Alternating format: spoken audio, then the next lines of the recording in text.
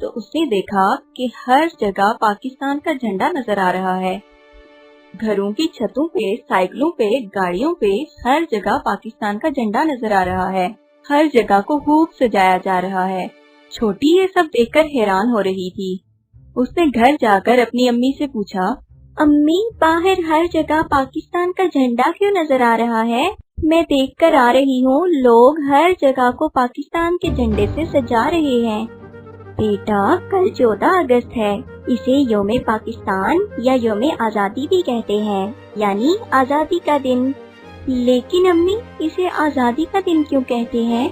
बेटा, 14 अगस्त 1947 को हमारा प्यारा पाकिस्तान आजाद हुआ था। जब इंडिया और पाकिस्तान इकट्ठे थे तो इसे बरसगीर कहा जाता था, जहां मुसलमान और हिंदू इकट्ठे रहते थे। बहुत अरसा पहले अंग्रेजों ने बरसगीर पर कब्जा कर लिया था।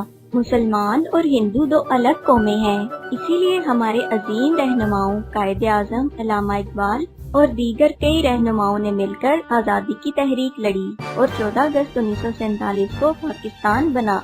क्या अम्मी, पाकिस्तान इतनी आसानी से बन गया था? नहीं बेटा, पाकिस्तान को हासिल करने के लिए हमारे बड़े बुजुर्गों ने बहुत कुर्बानियाँ दी हैं। हम इसके लिए अल्लाह का जितना शुक्र अदा करें कम है। हम एक आजाद रियासत में रहते हैं, जहां हम अपनी मर्जी से अपने इस्लामी कवानीन को फॉलो कर सकते हैं। अच्छा, अब मुझे समझ आया कि सब लोग 14 अगस्त की इतने जोरों शोर से तैयारी क्यों कर रहे हैं।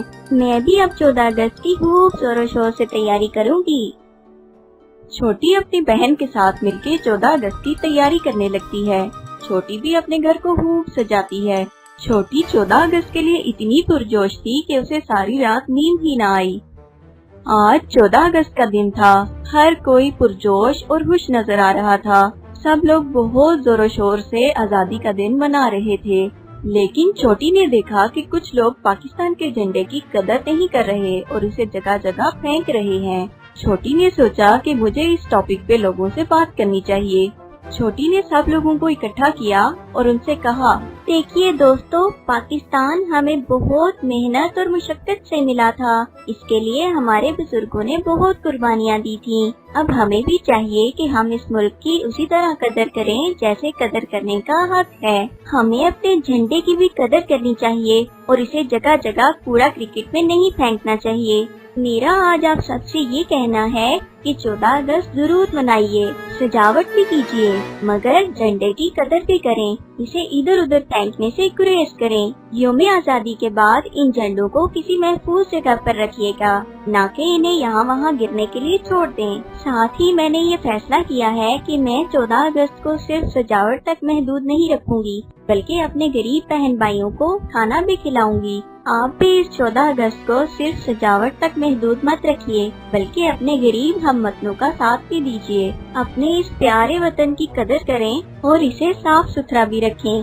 और साथ ही अपने बच्चों की तालीम और तरबियत पर तवज्जो दें, ताकि वो बड़े होकर इस मुल्क की तरक्की में अहम किरदार अदा कर सकें। शुक्रिया। मुन्नी की इन बातों पे सब बहुत खुश होते हैं और उसकी कही हुई बातों पर अमल करने की भी कोशिश करते हैं।